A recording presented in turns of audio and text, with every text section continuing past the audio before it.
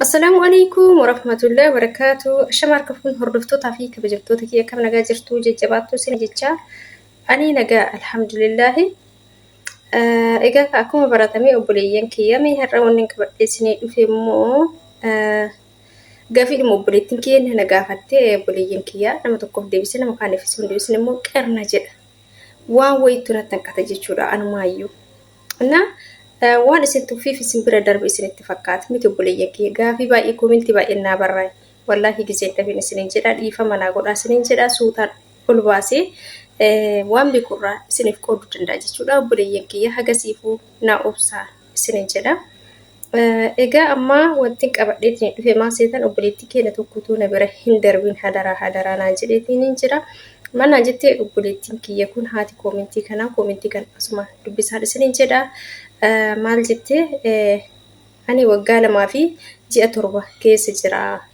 Natti qayyaramtee na deebisi jennaan na diddee maal gochuu naaf wayyaa maal gochuun qabaa. Na gorsi jettee obboleettiin keenya kun jechuudha. Ijoolleen keenya yeroo baay'ee bakka kanatti wanni isin dogongoruu hin qabne kana duras dubbadhee ture jechuudha. Warra haaraa ta'uu dandeessanii warra reef gara chaanaala kiyyaa dabalamtan ta'uu dandeessanii warra akkasii dubbadheetiin ture waa'ee kana jechuudha. Waa'ee kontiraata keessan osoo fixiin dur fixuuf yeroo dhiyaattan maal gochuu akka qabdanii fi ofii keessan jechuudha akka mataa keessanii mari'attan dubbadheetiin ture warra dhageeffatin taatan jechuudha. Kanaafuu asumaanuu sirriin dhageeffadhaan sanii jedha obboleeyyan kiyya warroon akka obboleettii kiyyaa kana keessa jirtan jechuudha. Innis maalii obboleettiin keenya kun waggaa 2 fi ji'a 7 keessa jira jette.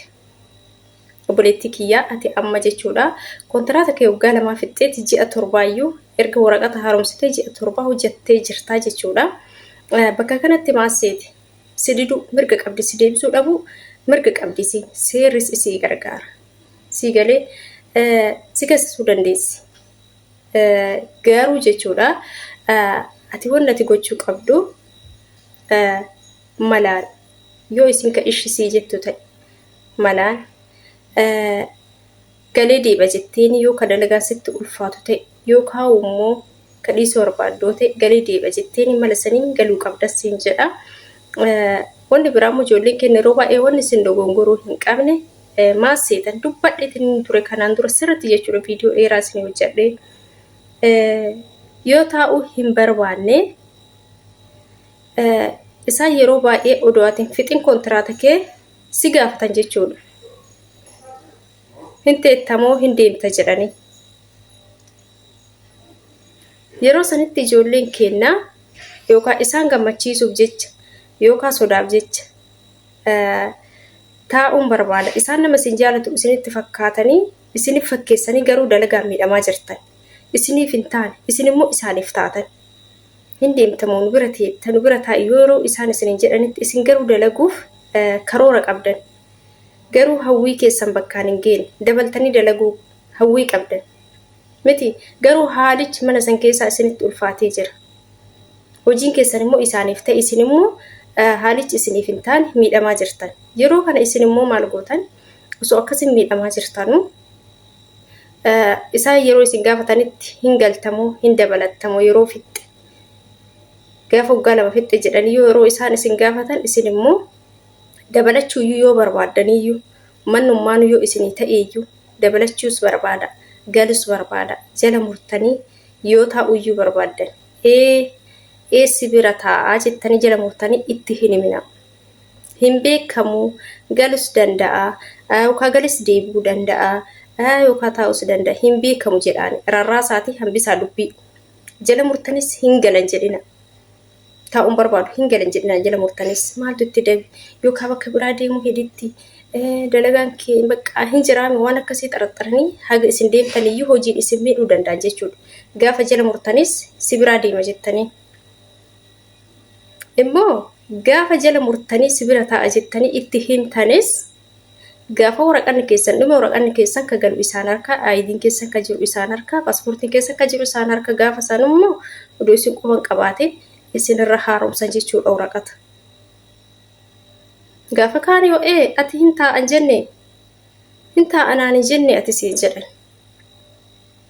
Gaafa biraa kaati bootaan jijjiiradhoo jettee yookaan galuu barbaadoo jettee akkam hin taa'an jenne waraqata si hojjannee jirraani siin jedhanii gaafa san si hidhan jechuudha. Hidhaa keessa seessan jechuudha rakkoo keessa.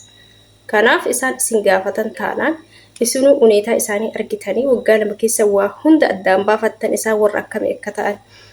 Manni sun sii ta'amuu siin ta'uu kana booda dabalatteetiin yoo ka dalaydu ta'e hin dadhabdu mana san keessatti haala akkamiiti manni sun siif ta'ee sii mijatee haalli mana sanii moo dirqamuma waan ta'eef sirratti dirqama waggaa lama bakka waan seenteef dirqamuma san fixachuuf teettaa kan hunda addaan baafattee taati beeyta waan ta'eef kanaaf jala murtanii itti hin himinaa jedhee isin himeetiin hin ture.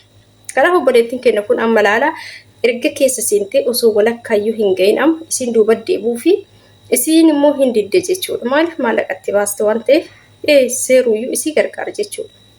Isin galee kanaaf yeroo san isin irratti akka badani jechuudha.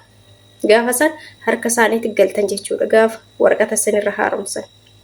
Gaafa waraqata kee fixxe immoo dirqama ati jijjiirachuu barbaannaan osoo hin galiiniyyuu barbaaddu dirqama isitu si galchaa birrii ufiitiin tikeetti sirraa murtee dirqama jijjiiradhootu jetteen dirqama waraqata sii kennu qabdi jechuudha. Wanti si dhorgitu hin jiru. Mirga hin qabdu kan. Seerri si deeggara gaafa san. Si galee gaafa san seerri isii adaba malee isin adaba. Amma immoo laalkaa erga tagana geettee ji'a ganaa eega lakkoofsiftee walii galteedha jedhana. Walii galteedha. Yookaan situ hin ta'a jedheeni duraan akkuma qaldis godhii dubbadhu hin jiraami jetteeniti yookaan sababa saniin si teessiste jechuudha. Osoo atuu fedhan qabne yookaan odoo atuu bakka walaa keessa jirtu bakka taa'umoon taa'uu deemumoon deemu waan akkasii odoo ta'u jidduu kana yeroon dhumatee atis waan kana keessa seente jechuudha. Kanaaf ijoolleen baay'ee waan akkanaa keessa odoo seenin jalqaba jechuudha. Sirriitti waa ho'i addaan baafadhaatii hubadha. Isin galee waa ho'i addaan baafadhaatii hubadha. Isin galee mana waggaa lama keessa rakkattanii fixattanii yookaan wantoota isin dabee cinqamtanii waggaa lama keessa fixattan achitti haaromsitanii taa'u irra hattaa yoo achi keessattuu jijjiirachuu tokko akka jijjiiran hin miqqanyaan odootiin beekin si galchan jechuudha. Guyyaa yoo sitti nimin yooma akkasii iyyuu si godhan ka biyya galtee deebiteetiin mana filatteetiin seentu sawwayya. Garuu gaafa biiroo deebite carraa qabda. Gaafa lammata deebitee dhuftu filatte seentee baatee ilaaltee sii ta'amuu siin ta'u manni kun jijjiirattee warri biiroo sii jijjiiran gaafa san osoo waraqanni siin hojjetame jechuudha. Kanaaf ijoolleen keenya yeroo baay'ee waan kana sirriitti eeggadha. Wallaahi sirriitti eeggadha. Maaliif tokko odoo taate gaafa waggaa lama fixxe hin deemtamuu yoo sin barbaade hin deemtamuu hin jijjiiratta siin jetti. Tana gayaa jechuudha.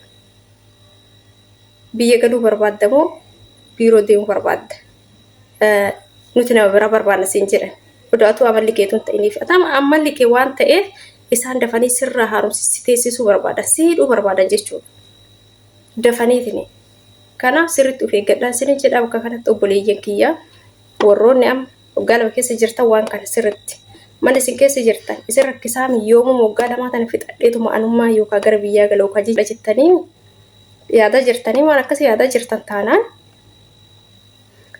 yoo isin gaafii akkana isin dhiyeessitan teettamoo hin deemtaa hin beekamu. Hin beekamu mee fixeetiin ilaala gaafa fixe ilaala jettanii.